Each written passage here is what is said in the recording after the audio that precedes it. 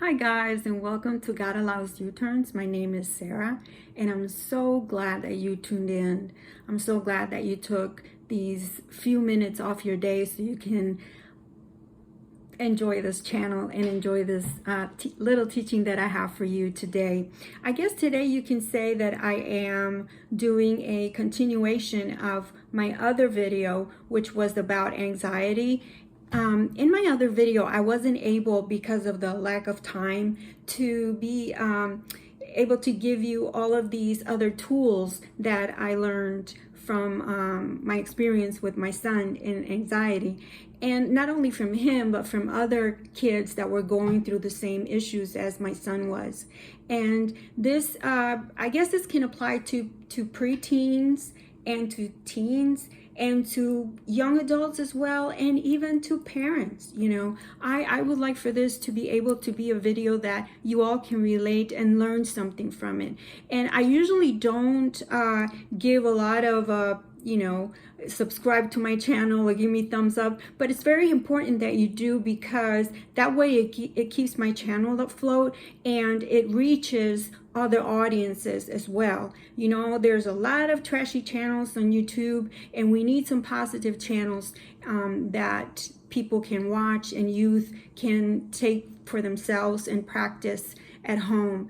And I would really appreciate it if you pass it along. If you feel like you've learned something from this and you want to pass it along to a friend or a neighbor or someone that you might know, and you think they'll use these techniques, I really would appreciate that, and they will appreciate that more. And this is about coming together as a community against everything that's coming our way to make us anxious, especially our kids. We have to protect our kids because they are the future. They are the ones that are going to be, the leaders in the future. They're going to be head of households. They're going to be mothers. They're going to be fathers. And so we have to prepare them. And I've always told you that the most important thing that you can teach your kids, number one, is to love God with all their hearts. But number two, it is emotional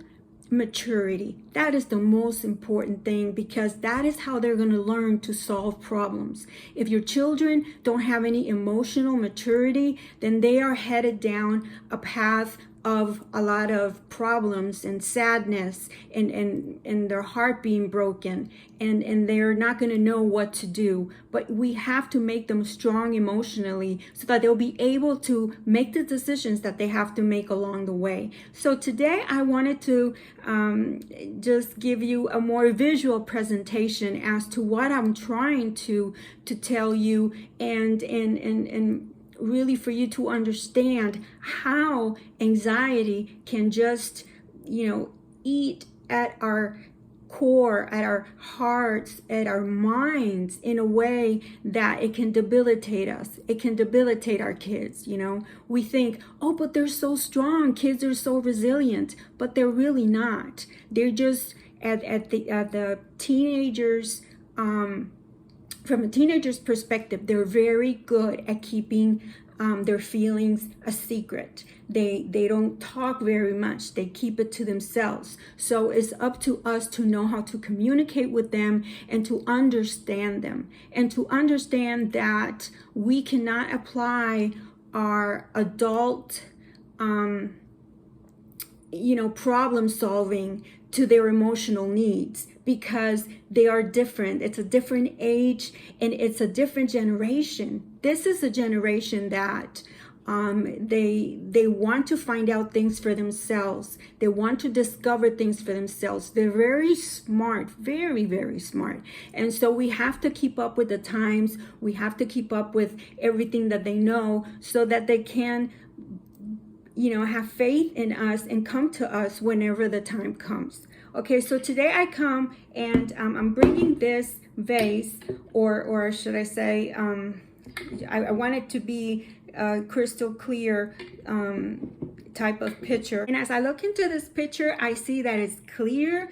I see that it's, I can see right through it. It's clean, it's nice. And I'm happy with it, But what happens? as soon as I put this picture or their minds out into the world, what happens is that they get bombarded with different ideas, thoughts, way of living, and influences from outside that we cannot help. We cannot be with our children 24/7 and make sure that they see the right things and have the right friends and hear the right things too, and watch the what they're supposed to on TV and what they're supposed to on their phone, and have the conversations that we wish they always had. We cannot control that. We have to just teach them at home and pray that when they go out into the world that they are prepared and that they will make the decisions that we taught them to make, correct? Okay, so this is their brain, this is their mind right here, real nice and clear. They go out into the world, and what happens? Well, it happens a lot at home. It could happen through a divorce. Once a parent gets a divorce, that is something that starts to warp their brain. You see, the brain is already half, it's getting full with stuff that it's not supposed to be there, with pain. For some kids, this is a trauma. Some people describe trauma as something huge, like it has to be like a rape or a murder or something. No, trauma is anything that your child or you can go through that just stays in your brain and hurts your soul, hurts your feelings, and it's hard for you to get over. Something that happens in your life that marks your life. That could be a trauma. So divorce can be a very traumatic experience. It doesn't matter how amicable the divorce it is. It doesn't matter how you say, well, me and my husband, we got a divorce, but we're best friends. It doesn't matter, because either way, you are separating the kids from what they're used to having. They're used to having their mommy and their daddy at home with them all the time. They're used to going out with them together as a family, and now they're not. And when they start fighting and arguing, it's even worse. So divorce affects the child or the teenager. School is a big stressor, okay? The beginning of a new year, especially high school. High school can be traumatic for a lot of kids. So let's add high school to that. And you see that their minds are getting fuller. They got that to worry about now.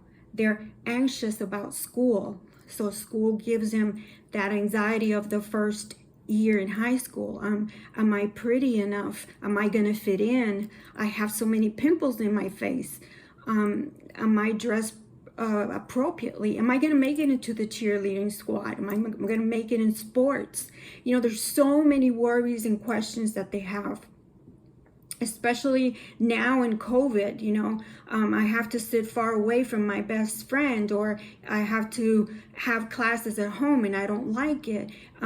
Different things like that. Also, when you're moving into a new place, you're leaving the home that you grew up in, and now you have to move into a different place, into a different school. So that moving itself, that could add pressure, and there's more pressure in your child's brain, okay?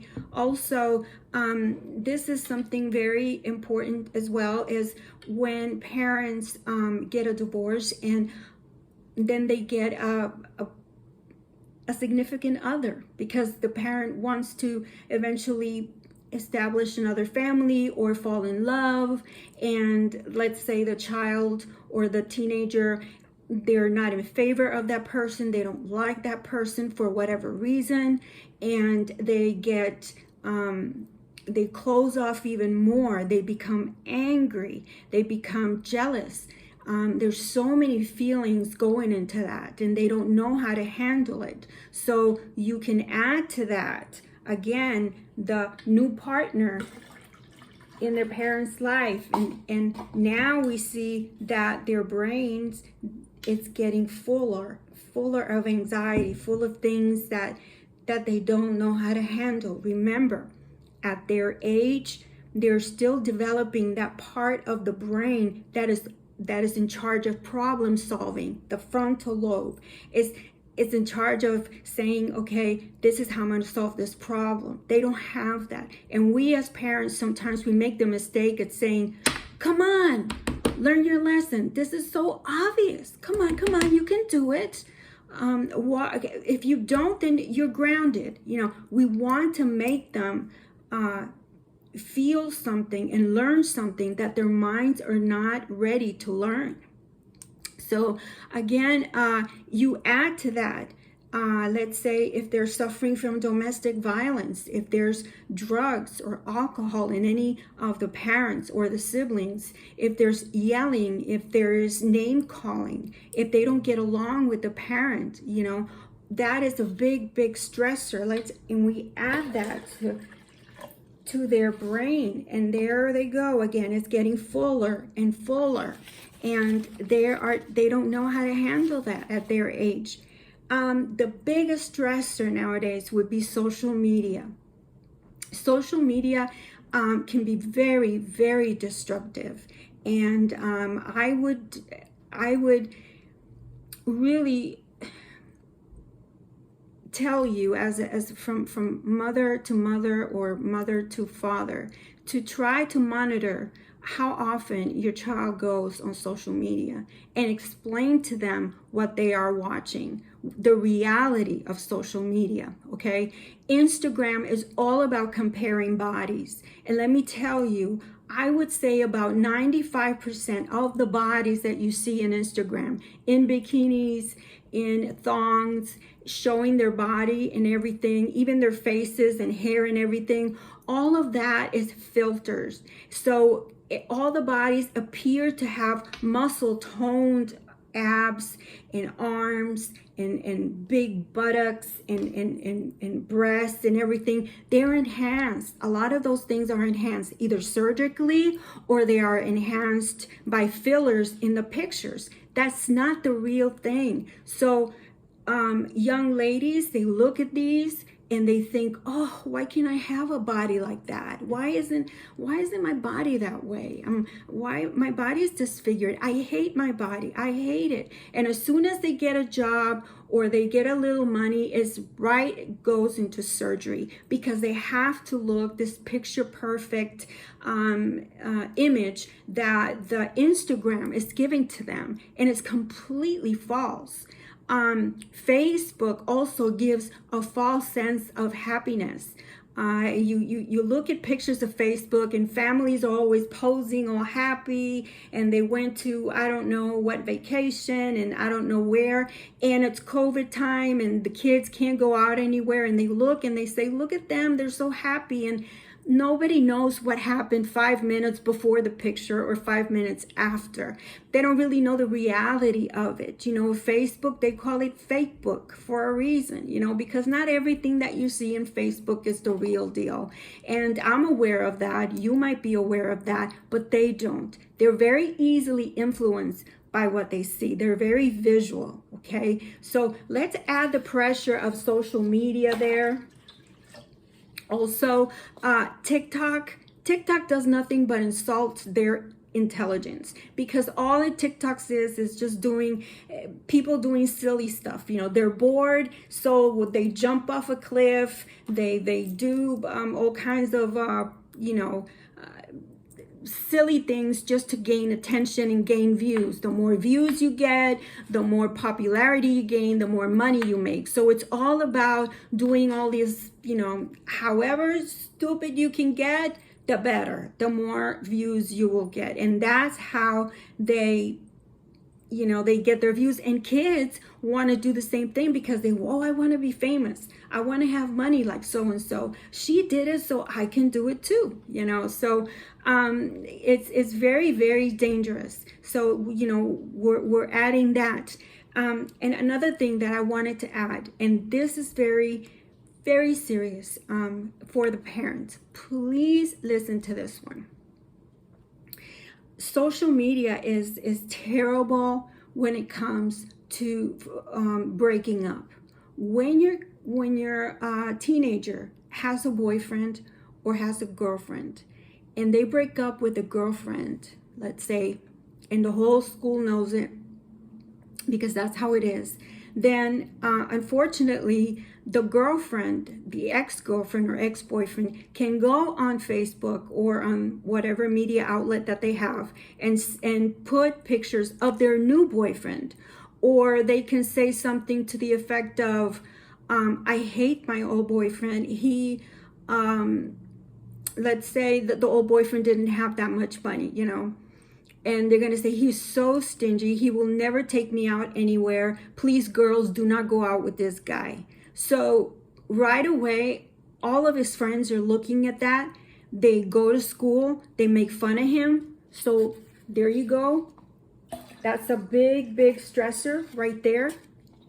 Social media makes everything public. Everything, things that you didn't, that they were very intimate to you as, or to them as a teenager, they were all of a sudden posted everywhere for everyone to see. Pictures, words that they say, a poem that they wrote, the peer pressure that they get in school because they need to be a certain coolness that they have. That's another pressure right there. And the pressure of not having money or being poor. Maybe your husband or your wife lost their job, and now you have to tell your teenager, you know, we have to cut things down here. You know, we can't buy you that new game that you wanted. We cannot buy you that new pair of tennis shoes that you really wanted for your birthday or for whatever occasion. You know, we cannot go shopping to the mall anymore. We cannot buy your extensions. We cannot get you that makeup that you want. And all of a sudden, the budget goes down and it's limited, and that hurts them because they want to go to school and they want to be able to show off all these things that they have, and that's a big stressor for them. So not being able to meet those needs, even if it's not just material, but maybe they're not able to eat out with the family the way they used to be, the way they used to go out to the steakhouse or to eat to the buffets, you know, that's over with, and that hurts them too. They don't know how to manage that yet, you know. And a lot of times the kids, they feel responsible. They feel, well, if mom and dad didn't have me, then they would have more money. And that hurts them as well. That's a big, big stressor that they have. And you know what? I can keep going on and on and on. And as you can see, this is already getting full. And I can go on and it can get overflowed. But I want to, for you to grab attention to what's going on right here, okay? Because this is your child's brain, your child's life. It's very fragile, as you can see. It's very fragile. And most of the things that are here may not be stressful for us because we're older and we can handle things a lot better. We know how to have self-control over the situations. We know that these things are going to be temporary. We know that God is going to take care of us, right? We place our faith in God, and we're mature enough to follow up on his word and on our devotions, but they are not. So it is our responsibility to make sure that before they go to bed, you'd be like, honey, did you do your devotions? Let me do them with you. Always try to do their devotions. Let me get this out of the way. Always try to do their devotions with them. And I'm not going to leave you, you know, empty-handed like that. I do want to recommend this book. It's called How Do I Deal with Anxiety and Fear? Okay. Anxiety is the twin brother of fear. Wherever there's anxiety, there's fear, because your mind is on a constant fight or flight. Can you imagine your mind being on a constant fight or flight? Well, that's how an anxious person feels. They're constantly, they feel very, very thinking all the time, very upset inside. and sometimes you can't see them. They can be very serious. They don't have to be sweating or jittery. They can just be very serious and seem to be calm, but at the same time, they're dying to get out of that situation. Their mind is constantly racing with thoughts, bad thoughts. Something bad is going to happen. Something bad is going to happen. This is not going to work out. This is not going to work out for me. I know that everybody's going to laugh at me. Everybody's looking at me. Those are the symptoms of a person with anxiety, and they cannot help it, themselves. They have to go through Jesus, but with your help. And I think this book is so good because, first of all, it is very, very small. Like I told you, that kids don't really like to read that much self-help books. So this is something that they could read like just a page, And here it gives you, there's a part where it says notes to yourself, okay? I don't know if your child is good at making notes to themselves, but if they are and they can do it on their own, then this is great. If not, you can do that with them. It says, notes to yourself. Write down your thoughts about the role that fear plays in your life. Are you too fearful? If so, in what ways are your fears holding you back? Okay. It's a given that fears do hold you back from doing what you want to do, from being who you want to be. And God doesn't want you to be fear. He says in his word that he has not given us a spirit of fear. So just in that sentence, he is saying two things that are very important. Number one, he's saying that fear does exist. He's telling you, oh yes, you will feel fear, but it doesn't come from me. That's what he's saying. It's not me. So if it doesn't come from God, whatever doesn't come from God, it just comes from the devil. He's your opponent. He is the one that doesn't want you to get ahead. He is the one that doesn't want you to know the truth, because the truth will set you free from any bondage that you may have, from any bondage that your child will have. And if your child is suffering from anxiety, it's time for you to drop whatever it is that you're doing and focus on that child, because that child, that teenager, is going to grow up, and that anxiety that turns into fear will merge into depression. And that is where you have kids that don't want to leave their room. They're 21 years old. They don't want to get a job. They have no desire to do anything meaningful with their lives. In fact, they get into trouble. Sometimes they get into gangs because they want a sense of belonging. And that's how you know that you did your job too late. You intervened too late. You don't want your child to wind up in that direction. So I'm telling you now, from the times that they're teenagers, from the time that you see something that is just not right, you're seeing just these symptoms and you're saying, wait a minute, this is not your normal teenage behavior. This is something more than that. This is something that is causing my child pain. This is something that is causing my child not to go to school, not wanting to even go to church. Something's wrong here. It's time to intervene as a parent. And I want to give you, tell you one final, there's here that says more thoughts about trusting God. There's different sayings that they have of preachers, about trusting God when you're anxious. And one of them comes from Charles Swindoll, and he says this. He says, one of the marks of spiritual maturity is the quiet confidence that God is in control, without the need to understand why he does what he does. In other words, one of the ways that you can test your maturity is that it doesn't matter what is going on around you, how much money your family's lacking at this time, is the attitude that you have as the as the head of the household and as a mother, the attitude that you have is going to reflect on him. You can pray and say, well, we don't have much for steak this week, but we're sure going to enjoy this chicken.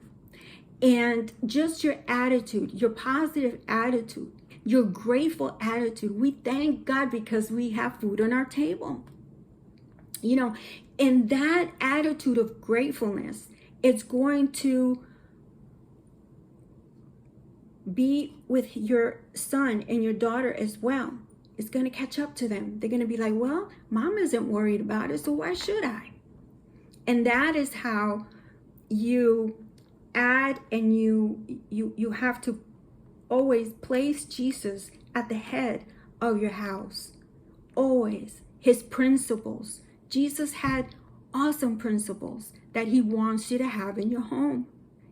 People say, oh, Jesus again. Well, Jesus' principles are the ones that are getting us through these times.